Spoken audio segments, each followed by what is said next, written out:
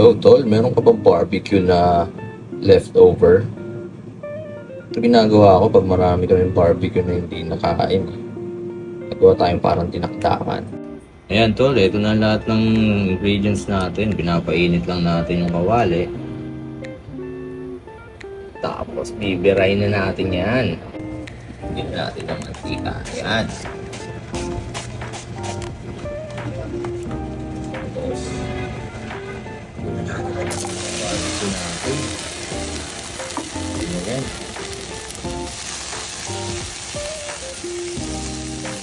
Ang idea dito, tol, parang piprito natin eh. Para medyo maging malutong o medyo toasted na konti.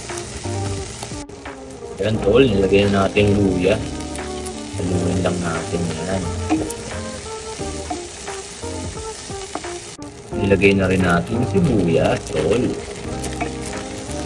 Nilagay lang natin yan. Pero hindi natin masyadong i-overcook. So parang medyo malutong-lutong pa.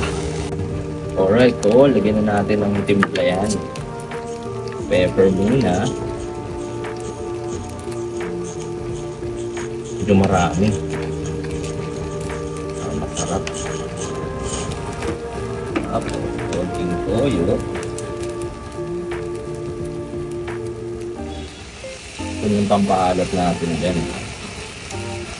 Tapos, itong secret dyan, papso. Andok na special suka. Parang the best to. Buritong suka ito ngayon eh. So, teka. Alugin natin kasi nasa ilalim yung mga malulupit niya. Ano eh. Halo. Ayan. Yun. Tol. The best yan. Pagkatapos yan, tol. Lagyan natin to sili. Medyo maangang na yung suka kaya hindi na natin kailangan ng labuyo. Isayin lang natin ito ng konti, pa-absorb din yung suka. Tapos pwede na to. Uy, bago ko makalimutan, tol, kailangan pala natin ng asukal dito.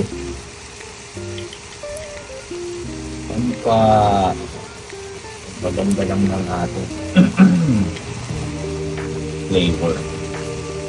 Okay, tol, konti natin lang po.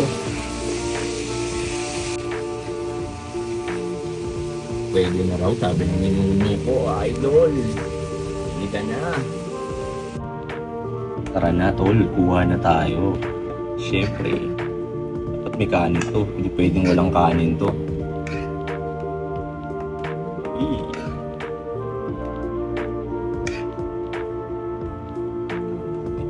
Paparami na naman tayo ng kanin nito. Yes, sir.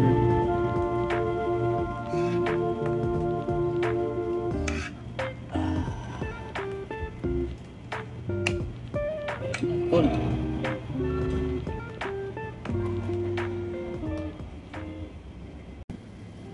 Para kumpleto meal natin, tol, siyempre kailangan natin ng dessert.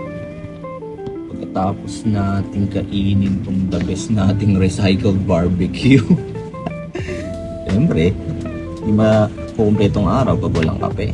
Ngayon, courtesy of Cafe Ilocano, Paps. At itong cake galing Cafe Ilocano to.